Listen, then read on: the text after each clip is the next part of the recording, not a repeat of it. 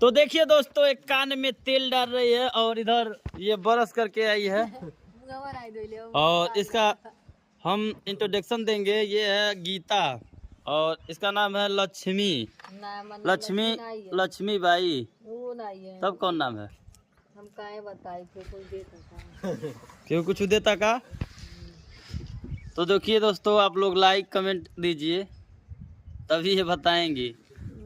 और इधर देखिए, ये अभी ब्रश करके क्या होता हो, मुंह धोए ये क्या लगाती है?